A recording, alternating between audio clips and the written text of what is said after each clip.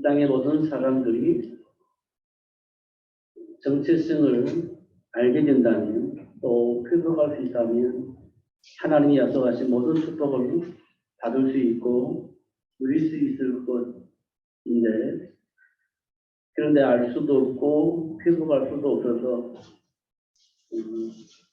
하나님이 준비한 축복을 누리기를 원하지만 되어지지 않기 때문에 사람들은 타고난 팔자다 이렇게 생각을 하고 있습니다. 운명과 팔자 속에 저주와 재앙의 삶 속에서 고통을 당하고 있음을 확인합니다. 하나님 이런 현장의 모든 사람들을 살리기 위해서 또 준비한 축복을 회복할 수 있도록 하기 위해서 이 땅에 그리스도 되신 예수님을 보내주셔서 감사합니다. 중요한 것은 이 축복의 비밀을 알 수 있도록 우리 마음의 문을 열고 영적 사실을 인정할 수 있도록 은혜를 베풀어 주신 것입니다. 우리에게 베풀어 주시던 이 은혜가 이 세상 모든 사람들에게도 베풀어져서 알게 하시고 우리처럼 누릴 수 있도록 축복하여 주옵소서. 다시 한번 하나님께 소원하며 기도하는 것은 이 말씀이 참 가치를 알고 누릴 수 있도록 축복해 주옵소서. 흔들리지 않고 누릴 수 있을 만큼 응답하여 주시고 내면에 알 수 없는 힘과 능력을 통하여서 하나님이 주어진 축복을 누릴 수 있도록 역사하여 주옵소서. 오늘 그런 응답을 받는 시간 되어지게 하여 주옵소서. 예수 그리스도 이름으로 기도하옵나이다. 아멘. 성경에 보면 욥기라는 책이 있습니다. 욥은 당대의 거부였습니다. 동방의 의인이었습니다. 그래서 부족함이 없는 삶을 살았던 사람입니다.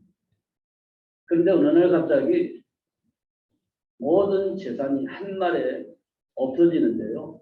어떻게 없어지나 보니까요. 태풍이 오는데 그 태풍으로 말미암아서 모든 재산이 한순간에 사라집니다. 자녀들이 있는데 한날에 자녀들도 다 죽습니다. 그러면 그분은 어떤 반응이 나타났을까? 놀라운 일이 벌어집니다. 주신 자도 하나님이시고 거두어 가신 분도 하나님이시다. 이렇게 얘기를 하면서 하나님께 영광 돌리며 하나님을 찬양합니다. 도대체 이해할 수 없는 상황이죠.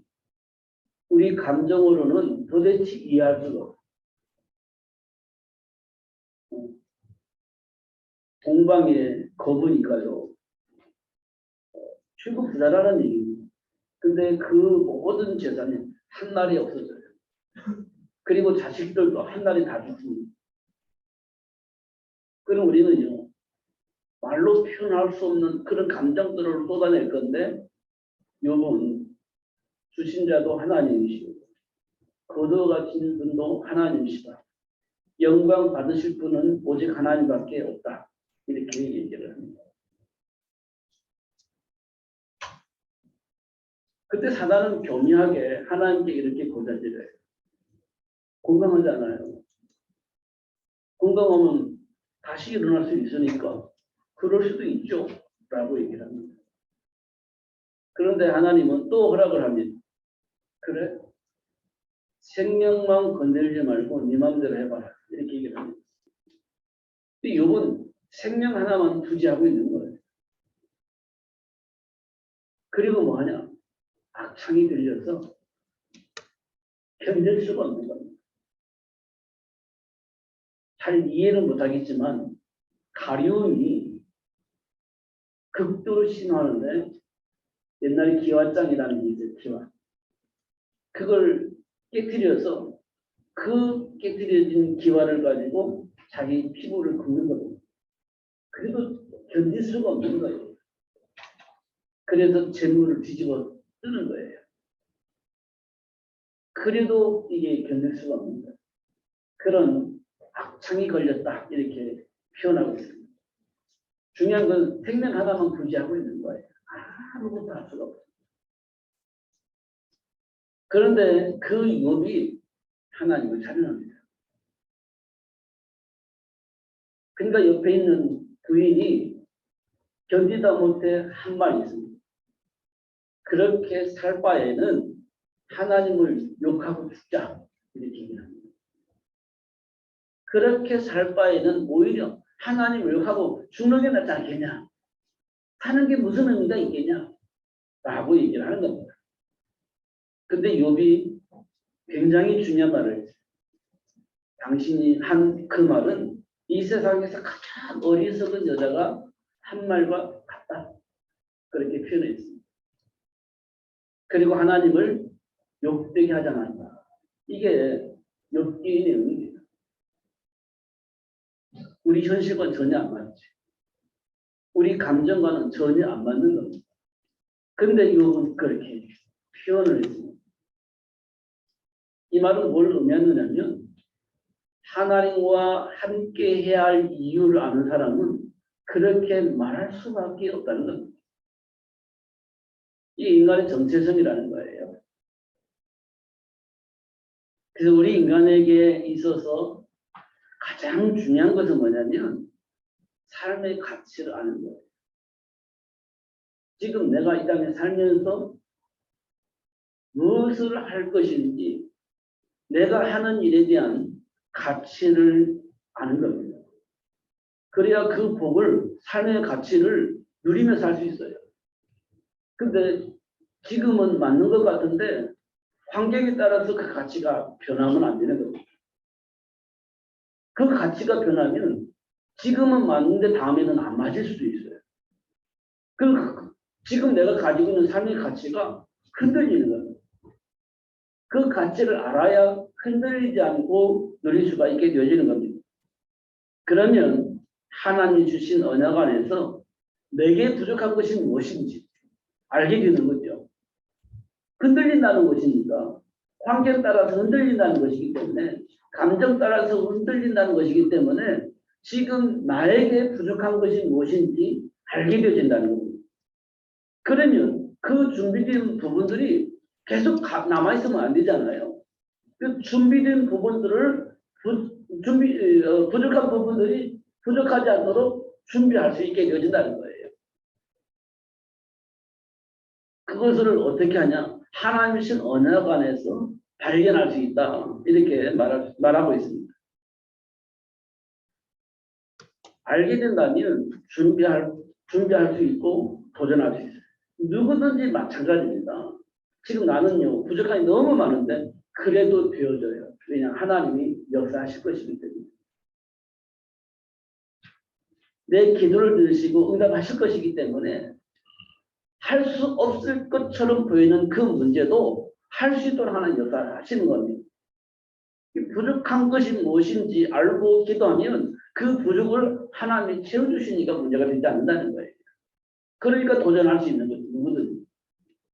그것이 하나님 우리에게 주신 약속의 말씀입니다. 왜 안 되냐고요? 안 믿으니까 그래요. 안 믿어지니까 그렇습니다. 그래서 믿어지게 해달라고 기도하는 것은 우리에게 중요합니다. 왜냐? 안 믿어지는 것은 내게 부족한 거예요. 안 믿어지니까. 그러니까 하나님께 기도하는 거예요. 하나님, 이 말씀이 내게 믿음이 되어져서 나도 이 안에 살 수 있도록 역사해 주세요. 기도하는 겁니다. 그걸 보고 도전이라고 해요. 말씀 붙잡고 기도하는 겁니다. 그걸 보고 우리는 도전이라고 합니다. 근데 그 도전에 하나님 역사하신다는 거예요. 되어질 수밖에 없다. 축복하신다는 겁니다. 이때 우리는 또 한 번 확인할 수 있습니다. 나에게 주어진 삶의 가치가 무엇인지 알게 되어지고 그 삶의 가치를 알고 있는 나는 자부심 속에서 살 수 있게 되어진다는 겁니다. 이걸 보고 우리는 정체성을 알았다 이렇게 합니다. 근데 성경에 보면 우리 인간에게는 두 가지 정체성이 있는 것 같아요. 근데 첫 번째는요, 성공하는 겁니다. 우리 다 성공하고 싶잖아요. 아이, 성공 필요 없고 나는 내 맘대로 살고 싶어. 이렇게 생각하는 사람도 있지만 정말 원하는 것이 있다고 한다면 성공입니다. 이 성공하고 싶은 성공을 싫어하는 사람 하나도 없습니다. 내가 실력이 안 돼서 내가 무능해서 아예 쳐다보지도 않기 때문에 성공이라는 단어를 생각지 않지만 할 수만 있다면 누구든지 하고 싶은 것이 성공입니다. 근데 성공이라는 단어 속에는 두 가지가 있어요. 어떻게 보면 가인도 성공한 사람이 있죠. 왜냐하면 당대에 최고의 권력을 가지고 있는 사람이니까요. 가인도 성공한 사람입니다. 또 하나 우리가 성공한 사람 예를 든다면 요셉도 성공한 사람이에요. 노예로 팔려나갔지만 애굽의 총리가 됐으니 그리고 많은 사람들을 지배할 수 있는 그런 권세를 가지고 있으니 성공한 사람입니다. 그런데 과정은 달라요. 과인은 항상 안에 뭐가 있냐면 분노가 있어요. 성공은 했지만 항상 분노가 있었어요. 과인의 마음은 그래요. 그러나 요셉의 마음에는요 항상 평안이 있었어요. 그러니까 과정은 분노 속에서 성공한 사람이 있고 평안 속에 성공한 사람이 있는 거예요. 결과는요 가인은 후손들이 망합니다. 요셉은요 후손들이 성공해요. 결과는 또 다릅니다. 왜 그런 결과가 나타날까요? 질문하고 싶잖아요. 가인은 왜 그랬고 요셉은 어떻게 그런 복을 누릴 수 있었을까요? 물어보면 그 가인의 배경과 요셉의 배경이 하나. 가인의 배경은 사단이 지배하고 있습니다. 요셉의 배경은요 하나님이 지배하고 있는 거예요. 가인은 시기하게 만들고 하나님은 화평하게 만든 거잖아요. 합력하게 만들잖아요. 사단은 욕심쟁이가 되어져서 거짓말하면서 사기치잖아요. 그런데 하나님은 하나님의 배경 속에서 합력하게 만드는 거예요. 가인은 늘 시기하고 질투하고 어떻게 하면 이겨먹으려고 상대방을 빼앗으려고 하는 그런 감정이 있는 거예요. 요셉은요.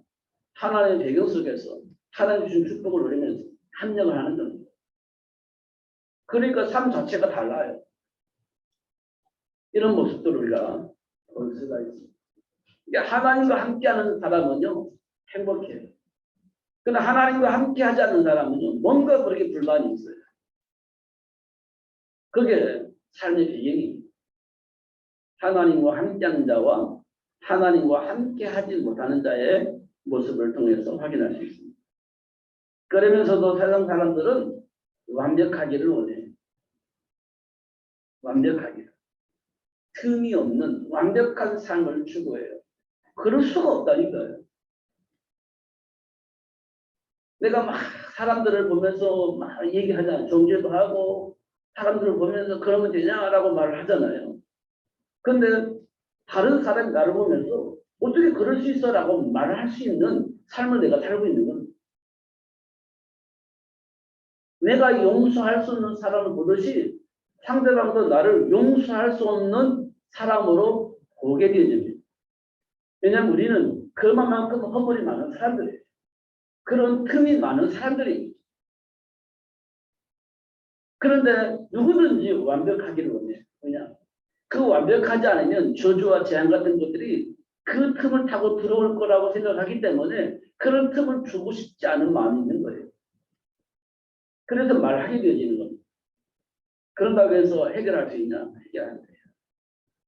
근데 그렇게라도 안 하면 불안하니 그렇게라도 하려고 하는 마음이 있는 겁니다. 그러나 안 되는 거죠. 그래서 운명과 팔자라고 얘기하는 겁니다. 그 운명과 팔자를 해결해 보려고 종교를 찾아가는 거예요.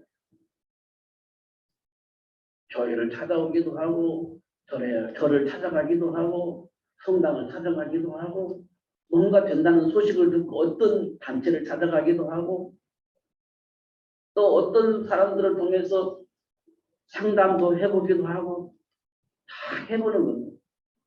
왜냐하면 운명과 팔자 같은 삶의 문제가 해결된다면 찾아가는 거예요. 그러면 해결되냐? 해결되지 않습니다.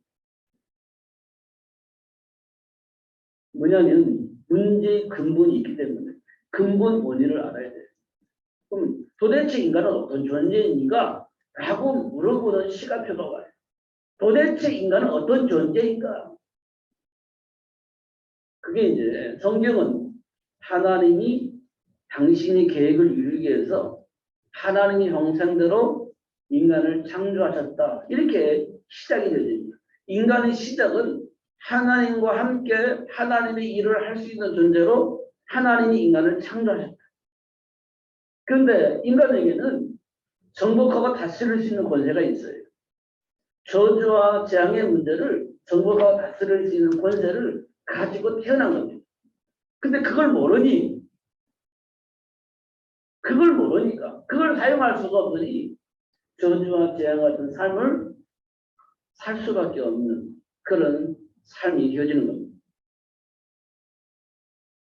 그래서 하나님이 하나님과 함께 할 인간을 창조하시고 그 사실을 인간들에게 알려준 거예요.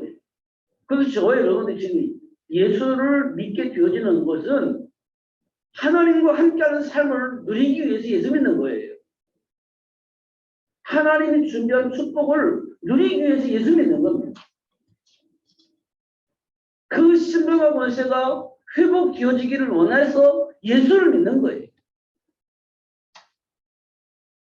이게 정리가 되어야 돼요. 단순하게 복 받으려고 예수 믿는 게 아니에요. 단순하게 내가 원하는 것을 성취하려고 예수 믿는 게 아니에요. 하나님과 함께하는 삶을 누리기 위해서 하나님이 약속하신 그 축복을 누리기 위해서 예수 믿는 거예요. 이게 정리가 되어져야 됩니다. 그러면 삶 속에 어떤 문제가 와도 그래서 하나님이 나를 창조하셨고 그 어떤 문제가 와도 그걸 정부가 다스릴 수 있는 권세를 가지고 누릴 수 있으니 문제가 되지 않는 겁니다. 모르니까 문제 앞에 우리가 어떻게 하지? 라고 질문을 하는 거지. 나의 정체성을 안다면 문제 오는 건 당연한 거고 그 문제는 당연히 내가 정부가 다스릴 문제일 뿐이지 그 문제가 나의 삶에 영향을 주지 않습니다. 본래 하나님을 창조하실 때 모습이에요. 창조하실 때 환경은 뭐냐? 혼돈공허입니다. 그것이 가득 차 있었다는 거예요. 그건 문제투성이라는 겁니다. 저주와 재앙 같은 삶의 현장 속에 현장이었다는 거예요. 그 속에 우리가 아무리 힘이 없이 툭 만들어졌다면 그 혼돈과 공허 속에 흑암이 가득 차 있는 저주와 재앙 가운데 살고 있는 살 수밖에 없는 현장 속에 아무런 힘 없이 우리가 있다면 살 수가 없는 거죠. 살 수가 없는 겁니다. 그렇기 때문에 하나님 우리에게 그 모든 저주와 재앙 같은 문제를 전부하고 다스릴 수 있는 권세를 주시고 그걸 이겨먹을 수 있도록 축복하셨다는 거예요. 안다면 문제가 당연한 거고 문제가 되지 않는 겁니다. 왜냐하면 정부가 다스릴 수 있는 권세가 있으니까. 근데 그거를 우리가 잊어버린 거예요. 그걸 누릴 수가 없는 거예요. 그러니까 말로 표현할 수 없는 문제 앞에 감당할 수가 없는 거예요. 정부하고 다스릴 권세를 가지고 누릴 수 있다면 전혀 문제가 되지 않을 것인데 모르니까 누릴 수가 없으니 문제가 되어지는 겁니다. 그래서 하나님의 자녀들은 막 문제가 생기고 허물이 드러날 때 충분히 이해를 할 수 있어요. 왜냐하면 몰라서 당하고 있다는 것을 알기 때문에 충분히 이해가 됩니다. 그럴 수도 있지. 아니, 그럴 수밖에 없지. 이렇게 이해가 되는 겁니다. 그 대신 이제는 그 사실을 알려야 된다는 사실을 알게 되기 때문에 당하지 않도록 그 사실, 그걸 이겨먹을 수 있는 축복의 비밀을 그에게 전달해 주는 거예요. 이걸 보고 우리는 전도라고 얘기합니다. 전도. 그러니까 하나님을 모르는 사람들은 왜 그렇게 살았어? 왜 그렇게 살아? 이렇게 얘기를 하지만 하나님 배경을 아는 사람은 그럴 수도 있어. 그럴 수밖에 없어. 그래서 그 사람을 수용하고 그 사람에게 놀라운 비밀을 전달하게 되어지는 겁니다. 그게 예수를 아는 사람이 그렇게 할 수 있어요. 모르는 사람은요, 그렇게 살 수가 없는 겁니다. 왜냐하면 예수를 아는 사람들은 하나님이 권세를 주신 이유와 싸움의 대상을 알기 때문에 저주와 재앙 가운데 있는 사람들을 정죄하지 않고 그 사람을 충분히 수용을 해주는 겁니다. 그리고 그 권세를 누릴 수 있도록 역사하시는 하나님 역사를 그에게 알리는 거예요. 그 축복을 누릴 수 있도록 전달해 주는 거예요. 그게 예수 믿는 사람입니다. 그런데 성경 로마서에 보면 이 복음을 알 수 있는 사람 한 사람도 없다고 얘기를 합니다. 모든 사람이 죄를 범하여 하나님의 영광에 이를 수 있는 사람 한 사람도 알 수 있는 사람이 없는 겁니다. 누릴 수 있는 사람 한 사람도 없어요. 그럼 누가 이 복을 알아요? 그럼 누가 이 복을 누릴 수 있어요? 없어요. 그래서 오늘 제목이 뭐라고 되어 있냐면 하나님이 원하는 자를 부르셨다 했어요. 그냥 뽑았어요. 원하는 자를 불러가지고 하나님께서 우리에게 하신 말씀이 원래 우리는 이런 복을 가지고 있는 사람이야. 근데 너희가 이 복을 잃어버렸어. 그래서 내가 너를 불러서 이 사실을 알리는 거야. 너는 원래 이런 복을 가지고 있어. 이 복을 누리면 돼. 라고 알려주셨다는 거예요. 그 축복을 누릴 수 있도록 하게 하나님 불렀는데 그 부름을 받은 자가 저와 여러분이라는 거예요. 감사하죠. 이거 기적이에요. 있을 수 없는 일이 일어난 겁니다. 저와 여러분이. 그래서 뭐 했냐? 삶 현장에서 일어나는 문제들의 배경을 알 수 있도록 우리를 축복하시는 거예요. 그 사람의 문제의, 그 사람이 가지고 있는 문제의 배경이 무엇인지 알 수 있도록 그렇게 축복을 하시는 겁니다. 근데 우리가 그걸 보는 거예요. 그게 알게 된 겁니다. 그래서 싸우는 거지. 누구와? 사단과. 일본에 보니까 어둠의 세상 주관자, 어둠이잖아요. 이건 저주와 재앙을 말하는 겁니다. 어둠의 세상 주관자, 하늘에 있는 악의 영들. 이게 이 세상을 지배하고 있는, 우리가 살고 있는 현장을 지배하고 있는 배경이 눈에 보이지 않지만 이들이 지금 우리가 살고 있는 현장을 딱 지배하고 있는 겁니다. 어떻게 했냐? 모세가 이 땅에 태어나야 되는데 이 사실을 이게 알아요. 그러니까 태어나지 못하도록 법을 만들어요. 어떻게 해요? 남자아이는 다 죽이라. 이런 법을 만들어요. 말이 안 되는 거잖아요. 근데 모세가 태어날 즈음 되어졌을 때 이 법을 만들어요. 성경에 나와 있는 겁니다. 누가? 악의 영들에게 지배를 받는 정치인들이 그 법을 만드는 겁니다. 자기들 뭐도 몰라. 그냥 죽이자는 거예요, 남자아이들. 그 법을 만드는 그 배에 누가 있다고요? 악한 영들이 있는 겁니다. 그리고 우상 숭배하도록 만들어요. 우상 숭배하는 법을 만들어요. 다시 말하면 하나님께 예배하지 말라는 겁니다. 하나님께 기도하지 말라는 거예요. 네가 원하는 거 얻으려고 그럼 우상에게 절하면 돼. 하나님께도 하지 마. 라고 하는 법을 만들어요. 바벨론 왕이 그랬어요. 누구의 지배를 받았을까요? 악한 영의 지배를 받으니 그런 법을 만드는 겁니다. 예수님이 태어났을 때 로마 황제가 뭘 만들었냐? 예수님을 죽이기 위해서 2살 아이들은 다 죽여. 이렇게 얘기를 합니다. 놀라운 일이잖아요. 예수님과 귀등이 연결되어 있는 겁니다, 이게. 2살 아래의 아들은, 남자는 다 죽이는 거예요. 그 명령을 한 겁니다, 로마 황제가. 근데 다 죽었겠죠? 예수님이 누군지 모르니까 예수님을 죽이기 위해서 다 죽인 거예요. 이런 법을 만드는 거예요. 누가요? 악한 영이거든요. 정사와 권세자를 통해서 역사한 악한 영이 이런 여러 가지 법을 만들고 이상한 행위를 하도록 만드는 겁니다. 이게 우리 삶 속에서 일어나는 일들이에요. 잘 보면 보여지게 될 겁니다. 그리고 세상 풍조를 통해서 역사를 하는데 누가 역사를 하냐?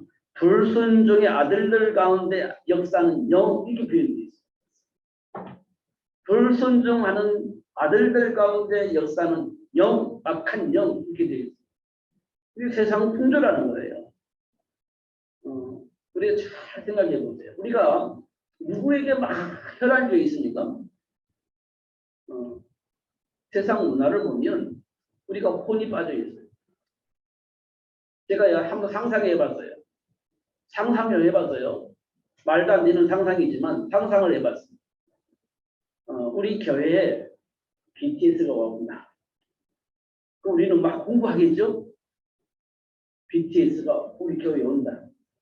홍보하겠죠? 아, 우리 교회 BTS 와.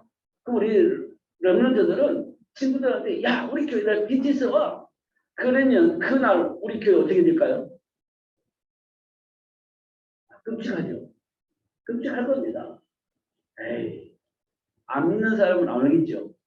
근데 홍보를 한다는 말은 사실을 얘기를 하는 거니까 안 올 수가 없을 겁니다.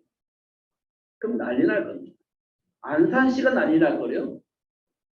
안산시가 난리 날 겁니다. 그게 세상 풍조예요. 세상 풍조예요. 불순종하는 아들들 가운데 역사는 악한 하나님과 전혀 상관없습니다. 한 번만 상상을 하셔야 되죠. 그럼 이거를 삶의 문화를 바꿔야 되는. 근데 안 바뀌어져요. 바꿀 수가 없습니다. 왜냐? 악한 영이 세상 풍조를 통해서 역사하는데 그걸 우리가 인정을 안 하니 바꾸려는 마음을 전혀 갖지 않습니다. 성공한 가인을 통해서 삶의 현장을 지배합니다. 전 세계가 삼성, 핸드폰, 또 뭐 사과, 핸드폰 이런 것들이 막 누가 좋냐 지금 경쟁하지 않습니까? 근데 그들이 세상을 지배하고 있는 거예요. 그냥 경제를 가지고 기계를 가지고 삶의 문화를 통해서 딱 지배를 하고 있는 겁니다. 확인해 봐야 됩니다. 그것 때문에 우리는요. 그것 가지고 우리 예수님과 또 삶의 이유가 분명하지 않은 겁니다. 이런 것들 우리가 확인할 수 있고요. 성공이 곧 삶의 이유가 되게 하는 삶의 문화가 있어요. 이건 네피림 문화라고 하죠. 사단의 문화. 창세기 6장에 있는 사단의 문화.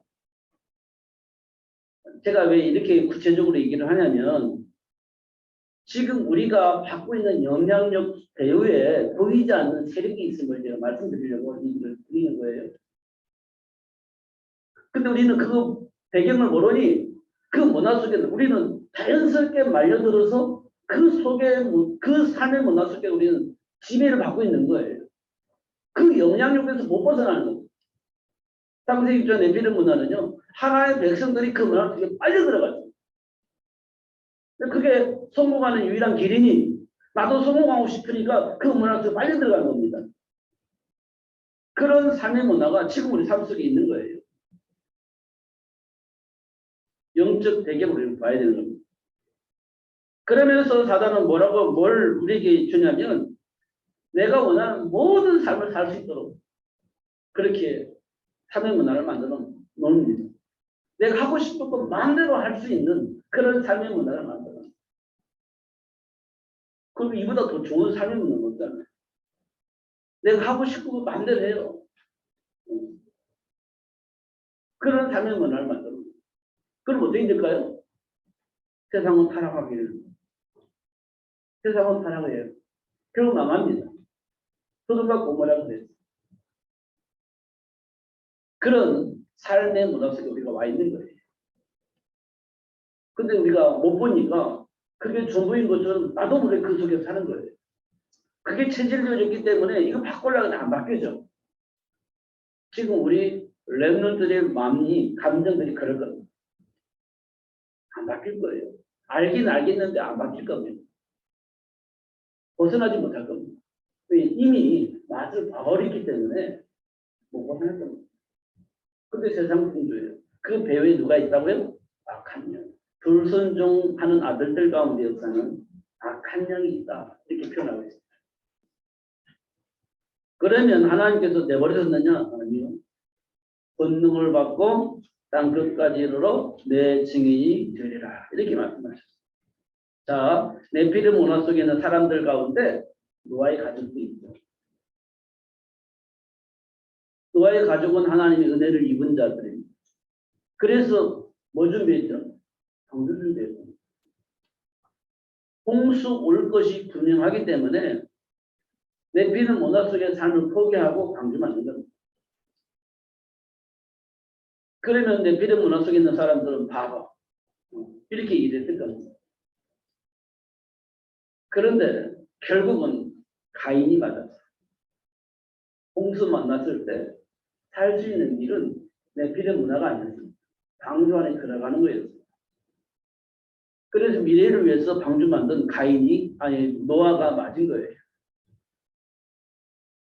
그 삶이 가치가 있는 겁니다. 근데 네피림 문화 속에서는요, 그게 가치가 없어요. 가치를 느낄 수가 없어요. 바보 같은 거예요. 근데 그게 맞은 거예요. 은혜를 입은 자가 할 수 있는 축복입니다. 그리고 소돔과 고모라의 문화 속에 사람들이 하나님의 말씀 계속 거부합니다. 그렇지만 그 사람들을 살리기 위해서 아브라함은 그 현장에 들어가서 복음을 전해요. 살 수 있는 길을 전합니다. 왜냐? 이미 소돔과 고모라는 망할 것이 분명하기 때문에 망하지 않는 살 길을 찾을 수 있도록 복음을 전하는 겁니다. 그게 아브라함은. 우리가 전도하잖아요. 교회 나오세요. 이게 전도가 아닙니다. 본래 인간에게 주어진 정체성을 알 수 있도록, 그리고 회복할 수 있도록 도와주는 겁니다. 이게 전도예요. 그래서 예수 믿으라고 우리는 말할 수밖에 없는 거예요. 그 길이 나의 정체성을 회복하는 길이 있기 때문에. 그 일을 위해서 하나님 나를 부른 거예요. 이런 것들을 확인할 수 있습니다. 그래서 소돔과 고모라가 망할 것이기 때문에 아브라함은 그 소돔과 고모라에 들어가서 예수 믿으라고 얘기를 하는 거예요. 10명만 믿으면 소돔과 고모라가 망하지 않을 건데 예수 믿는 사람이 10명입니다. 그래서 망한 겁니다. 그 나라에 왜 안 믿었을까? 거기는 삶의 문화가 예수를 믿을 수 없는 삶의 문화가 뿌리내렸기 때문에 안 믿어요. 예수 믿으면 내 마음대로 살 수가 없으니 예수 안 믿는 거예요. 그런 삶의 문화가 지금 우리 삶의 현장에 있습니다. 예수 믿으려니 답답해. 내가 하고 싶은 거 아무것도 할 수가 없어. 그러니까 예수 안 믿으려고 그래. 예수 믿으면 따분해. 신경질나. 예수 믿는 사람마저도 예수 안 믿어. 내 마음대로 살 수가 없으니까. 지금 우리가 살고 있는 현장이 그렇습니다. 그런 가운데 하나님 저와는 불러서 이 복음을 말할 수 있는 사람으로 복을 받았으니 우리는 참 복받은 사람입니다. 그리고 이 땅에 많은 사람들은 철학 속에 있습니다. 지식 속에 있습니다. 과학 속에 있습니다.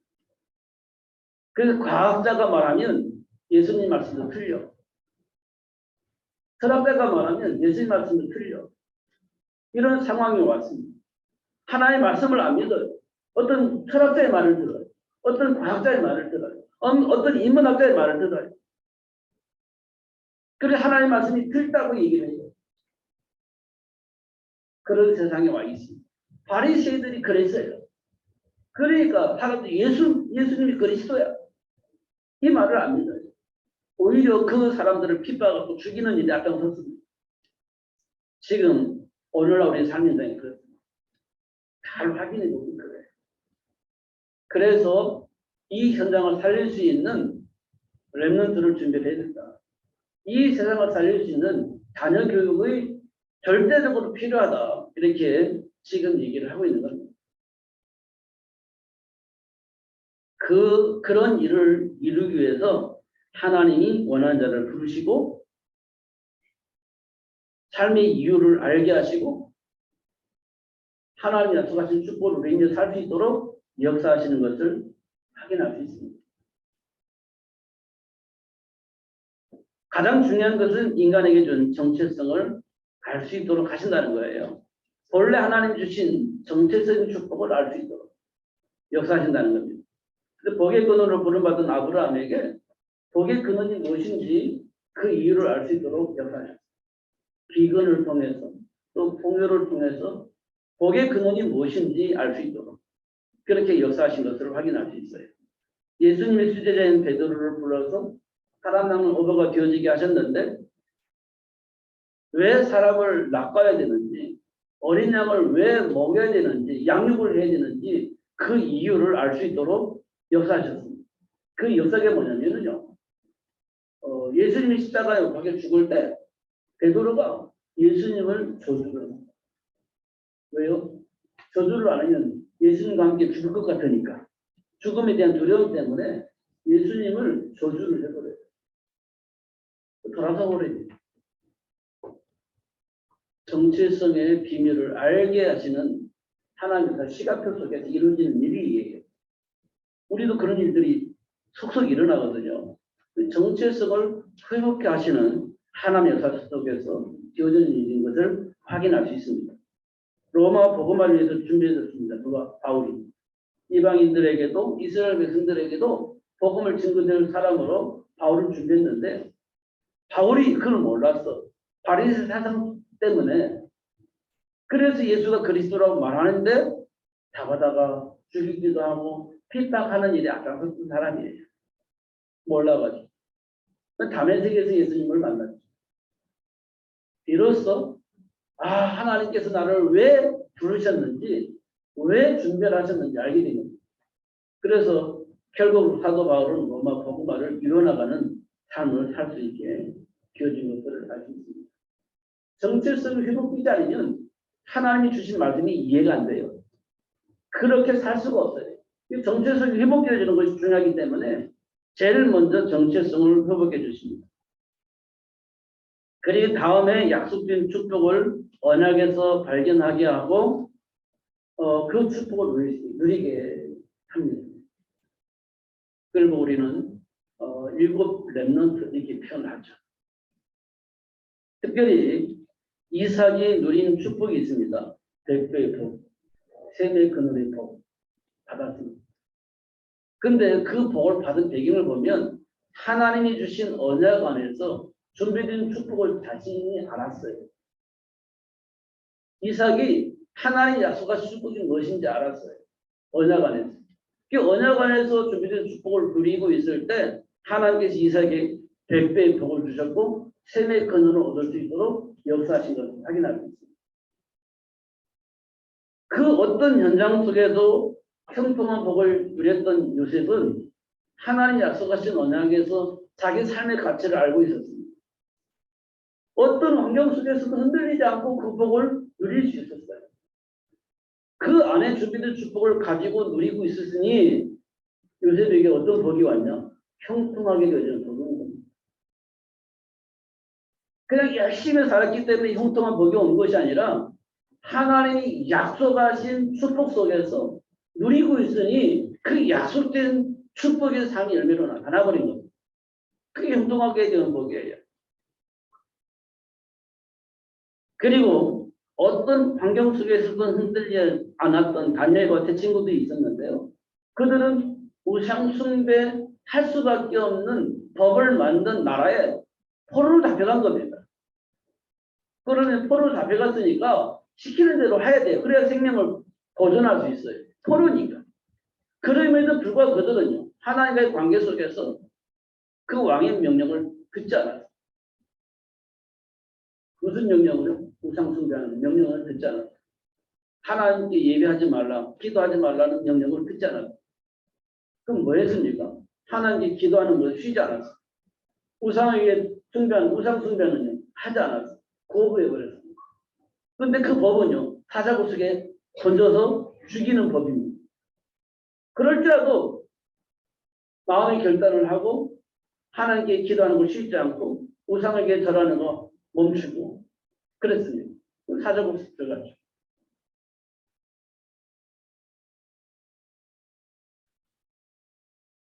약속된 축복을 아는 사람은 그 축복을 누리게 됩니다. 그래야 세계가 복음화돼요.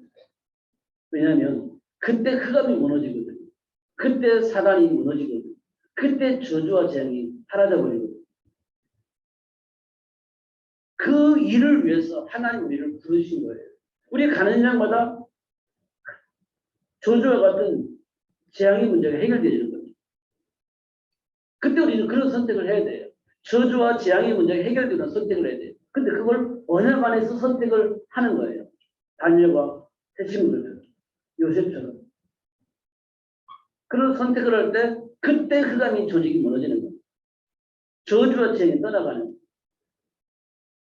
그게 하나님이 약속된 축복 안에 숨겨져 있는 거예요. 그걸 발견한 사람은 그 복을 누리는 거예요.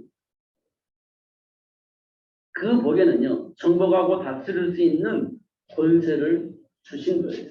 그걸 가지고 흑암 주역을 정복하고 다스리면 저주와 재앙을 정복하고 다스리면서 하나님 나라로 회복하게 되는 겁니다. 그 복을 하나님 우리에게 주신 거예요. 근데 잃어버려요. 회복해야 되겠죠. 회복하는 게 예수 믿는 거예요. 예수 믿는 거예요. 그 일을 위해서 하나님이 원하는 자를 부르셨다. 이렇게 말씀을 하고 있습니다.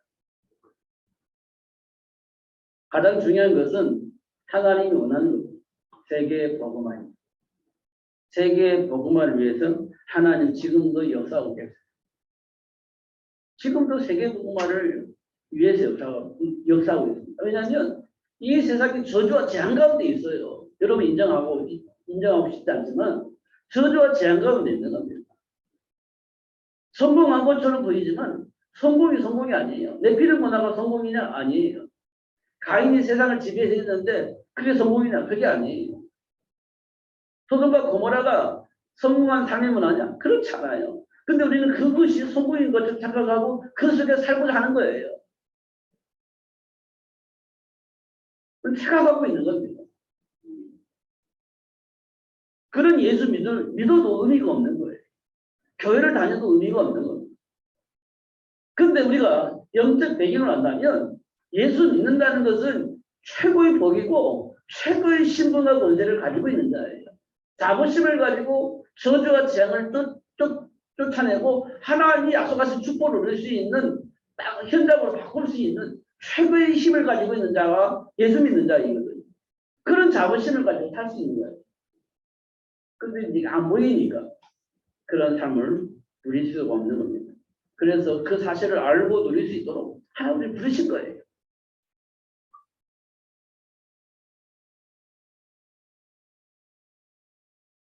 그래서 예수님이 땅에 오셔서 허물과 주로 죽었던 우리를 살려내신 거예요.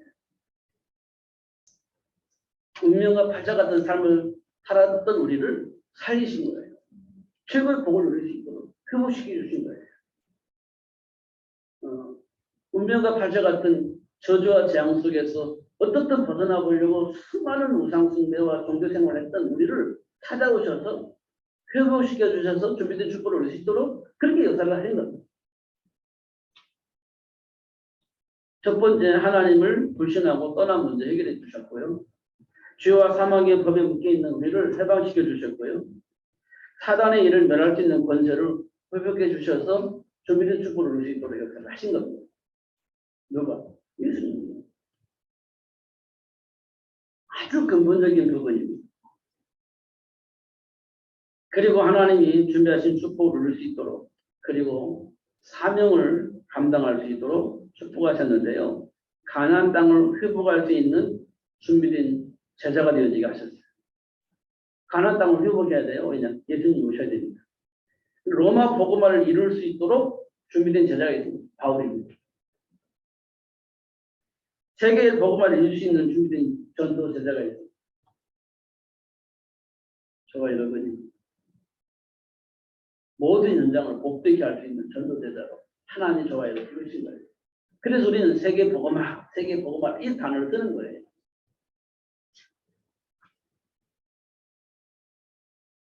왜 이 말씀을 우리에게 주셨냐?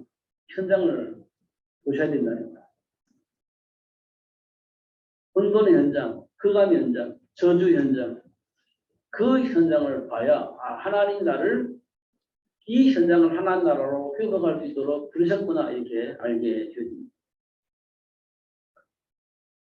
그래서 정체성을 알고 누릴 수 있는 전도 제자가 비워지고 그런 전도 제자를 만들어서 현장을 하나님 나라로 회복할 수 있도록 하기 위해서 하나님이 원하는 자를 부르셨는데 그 원하는 자들이 누구냐면 저예요. 이 복을 놓치지 마시고 누리시는 여러분 되시기를 예수님으로 축복합니다. 기도하겠습니다. 하나님